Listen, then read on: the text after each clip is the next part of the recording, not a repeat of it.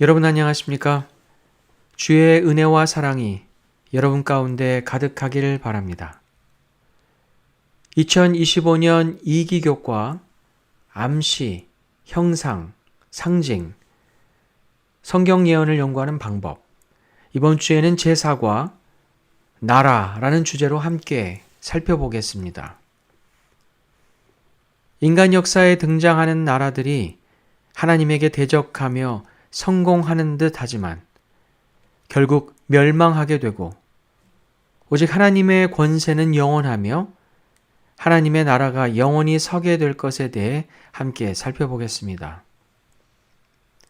기도하고 시작하겠습니다. 아버지 하나님, 이 아침 생명을 허락해 주시고 주의 말씀을 통해 새 힘과 소망을 갖게 하시니 감사합니다. 세상의 많은 사람들이 하나님 없는 세상, 하나님 없는 나라에서 자신들의 성공을 바라지만 이 모든 것의 끝에는 결국 하나님의 영원한 나라가 설 것이라는 약속을 주시니 감사합니다.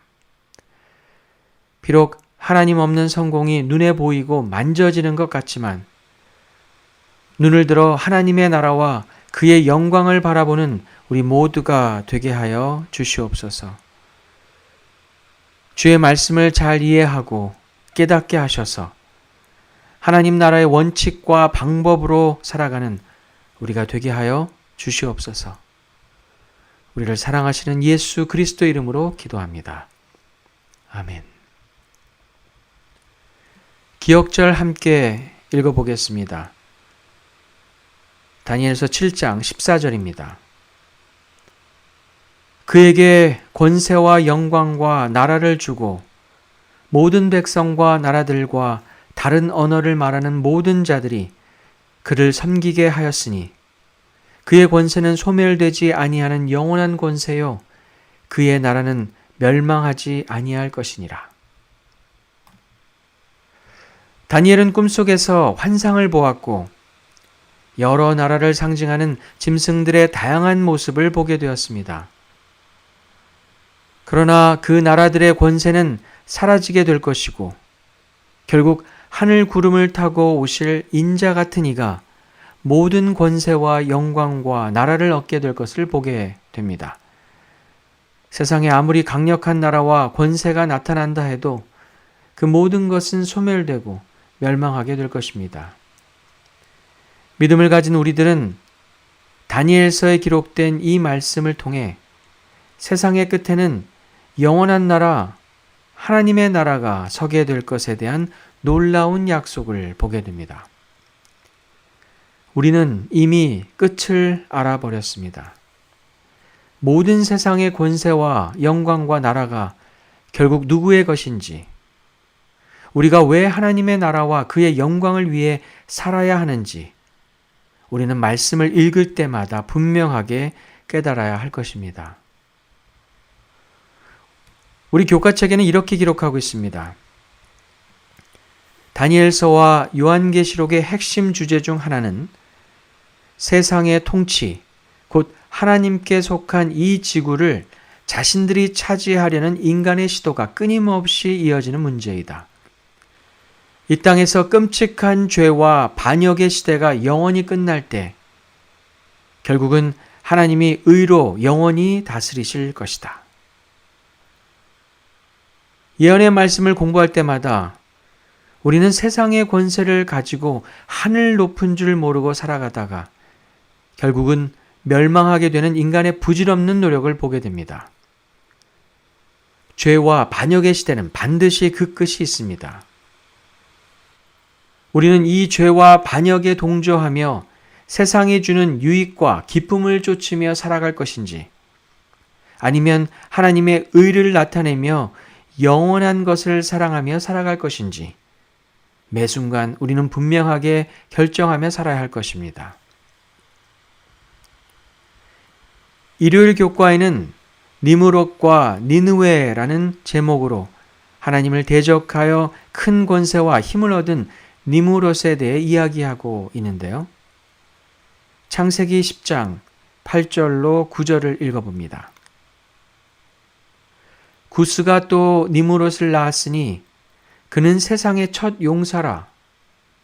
그가 여호와 앞에서 용감한 사냥꾼이 되었으므로 속담에 이르기를 아문은 여호와 앞에 니무롯같이 용감한 사냥꾼이로다 하더라. 세상의 첫 용사라고 니무롯을 묘사하고 있습니다. 용사라는 말은 히브리어 깃보르에 해당하는 단어인데요. 이 용사라는 말은 강력한 세력을 지닌 자, 폭력으로 통치하는 자를 의미합니다. 인간 역사에서 폭력으로 강력한 국가를 형성했던 니무롯에 대한 적절한 표현으로 보입니다. 또한 그를 용감한 사냥꾼으로 묘사했습니다. 이 단어 또한 좋은 의미보다 난폭하고 잔혹하게 사냥하며 전쟁을 예비하는 모습을 연상하게 합니다. 하나님이 없는 세상은 더 강한 자가 힘으로 약자를 누르고 폭력을 수단으로 권세를 얻는 세상이었을 것입니다. 니무롯이 나라와 권세를 얻던 시대는 강력한 힘을 가진 자만 살아남고 더 잔인한 폭력 앞에 모두가 머리를 숙이는 시대였을 것입니다. 어느 면에 있어서는 오늘날과 별반 다르지 않은 것 같은데요. 일반적인 상식과 합리적인 생각을 가지고 있는 사람들이 살고 있는 사회와 나라에서도 우리는 흔하게 강한 자의 우월함이 자랑이 되는 모습을 보게 됩니다. 이익을 얻기 위해 혹은 자신이 누리고 있는 것을 지키기 위해 더 큰 권력과 힘을 가진 자 앞에 머리를 숙여야만 살아남을 수 있는 사회에 우리는 살고 있습니다. 법과 질서를 존중한다고 말은 하지만 때론 잔혹한 폭력성이 사회 곳곳에서 드러나는 모습을 보게 됩니다. 익명 뒤에 숨어서 다수의 사람들이 폭력적인 말로 사람을 죽이는 일이 인터넷상에 너무도 흔하게 일어납니다. 우리가 흔하게 접하는 문화 컨텐츠에도 폭력이 흔하게 등장하며 그것을 보고 접하는 사람들은 일종의 쾌감마저 느낀다며 환호합니다. 이런 나라, 이런 사회에 살고 있는 하나님 나라의 백성들인 여러분과 저는 도대체 어떻게 살아야 할까요? 니무롯은 여호와 앞에서 용감한 사냥꾼이었습니다. 여호와 앞에서라는 말은 하나님께서 보실 때에 혹은 하나님을 대적하여라고도 해석될 수 있습니다. 70인 여기에서는 이 부분을 여호와를 대적하여라고 번역했습니다. 니무롯은 강력한 힘과 권세를 가진 사람으로 여호와 하나님을 대적하는 자였습니다. 하나님 없는 세상에서 강력한 나라를 세우기 위해 니무롯이 선택한 길은 하나님을 대적하는 것이었습니다. 그는 하나님이 인간을 만드신 목적과 뜻을 거역하고 자신의 힘으로 더 큰 권세와 나라를 얻으려 했고 폭력과 잔인함을 앞세워 세상의 눈으로 보기에 성공적으로 나라를 세우게 됩니다. 그가 나라와 권세를 얻는 과정에서 분명 하나님을 대적하는 마음, 하나님처럼 되고자 하는 마음이 심겨졌을 것으로 보입니다. 아담과 하와에게 하나님과 같이 될 수 있다는 신비로운 허상을 믿게 했던 사단은 니무롯에게도 하나님을 대적하는 마음을 심었을 것입니다. 하나님을 감히 대적한다는 것이 어떤 것인지 짐작도 하지 못하면서 하나님을 대적한 결과가 얼마나 무서운지 깨닫지 못한 채 니무롯은 강력한 권세와 나라를 얻은 것에 성공했다고 생각하며 잠깐의 기쁨을 누렸을 것입니다. 오늘날 우리가 살고 있는 세상에도 세상 사람들이 말하는 성공한 사람들이 많이 있습니다. 다 쓰고 죽지 못할 엄청난 부를 누리고 있는 사람들.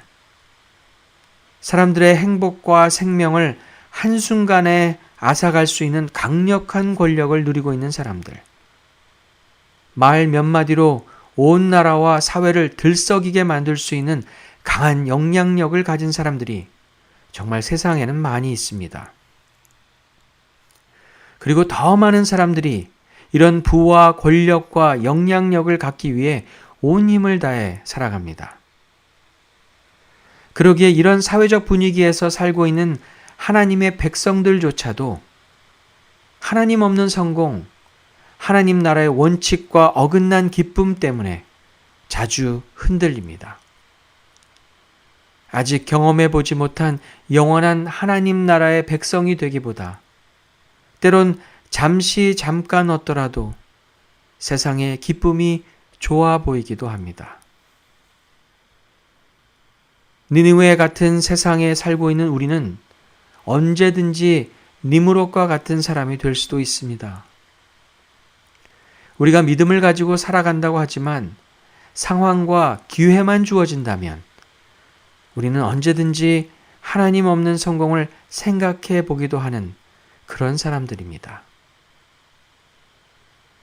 그러기에 우리는 이 아침 다시 한번 하나님의 말씀을 붙들고 하나님께 간절하게 기도하며 의지해 봅니다. 우리의 연약함을 아시는 주님께서 우리의 기도를 들으실 것입니다. 니무롯과 나는 다른 사람이다 라고 말하기 전에 우리의 연약함을 인정하고 하나님이 주시는 믿음과 은혜로 하나님 나라의 백성처럼 살아가는 우리 모두가 되기를 바랍니다. 하나님 없는 세상은 여전히 시끄럽고 요란합니다. 이 혼잡한 세상에서 오늘 하루도 살아가야만 하는 여러분 마음에는 지금 하늘 백성의 평안과 기쁨이 있습니까?